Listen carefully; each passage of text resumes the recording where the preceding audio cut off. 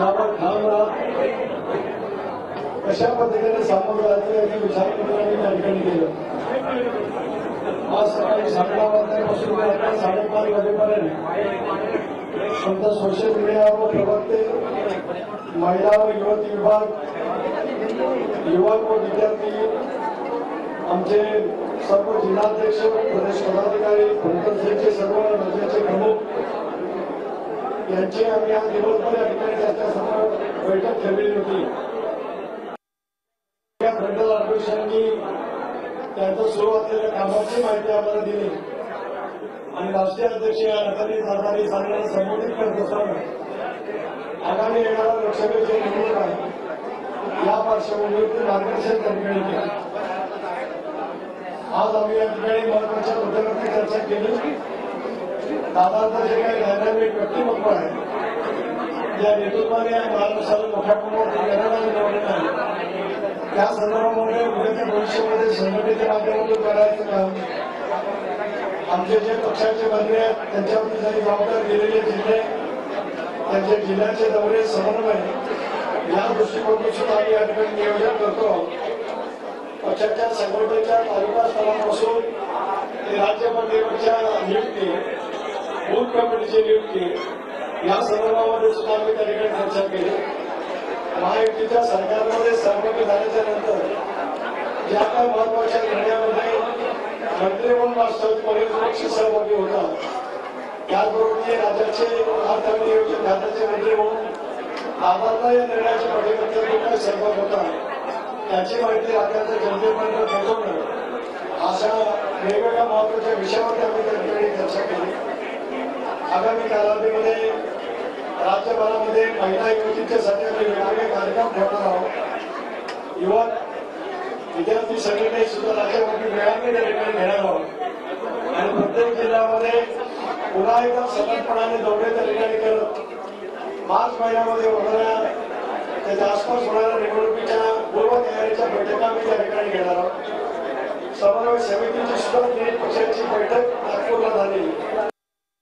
3 महत्वाचे पक्ष जे आहेत, भारतीय जनता पक्ष, शिवसेना, राष्ट्रवादी काँग्रेस पक्ष, मुख्यमंत्री एकनाथ शिंदे, उपमुख्यमंत्री देवेंद्र फडणवीस, राष्ट्रीय अध्यक्ष आणि आमचे नेते अजितदादा पवार यांच्या उपस्थितीमध्ये स्थायी महसूल विभागामध्ये एकत्रितपणाने एनडीए म्हणून आणि घटक पक्षाचे आणि मोठे जाहीर मेळावे घेण्याचं नियोजन त्या ठिकाणी केलेलं आहे.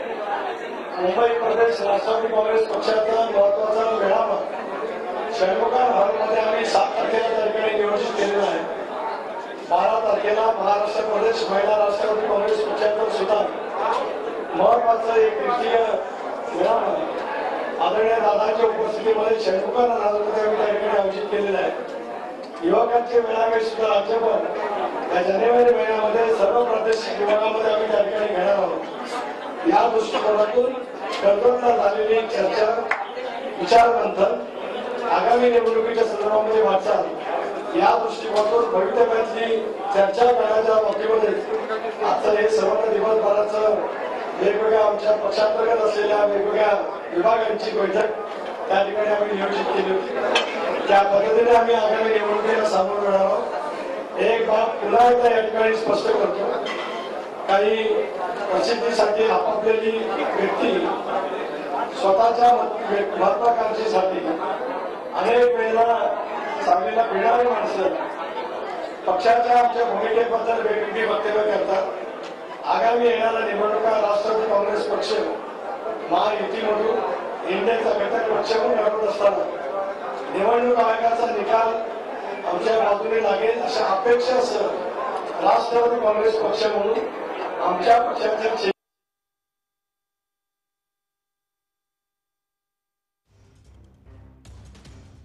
आपण बघतोय राष्ट्रवादी काँग्रेसच्या अजित पवार गटाच्या बैठकीनंतर अजित पवार गटाचे नेते प्रदेशाध्यक्ष सुनील तटकरे आणि अजित पवार यांची पत्रकार परिषद सुरू आहे. नेमकी पक्षाची ध्येय धोरणं कशी असतील आणि एकंदरीतच निवडणुकीला, लोकसभा निवडणुकीला कशा प्रकारे सामोरं जाता येईल याबद्दल अजित पवार गटाचे नेते प्रदेशाध्यक्ष सुनील तटकरे माध्यमांना माहिती देत आहेत. या सगळ्यामध्ये राज्यभरामध्ये कशा पद्धतीने प्रचार सभा घेतल्या जातील, राष्ट्रवादी काँग्रेसचा जो निकाल आहे तो कशा पद्धतीने लागेल, या सगळ्यावर ते माध्यमांशी बोलतायत. महिला मेळावे आयोजित केले जातील, युवकांचे मेळावे आयोजित केले जातील, अशा प्रकारची माहिती सुद्धा त्यांनी दिली. अजित पवारांनी काय म्हटलेलं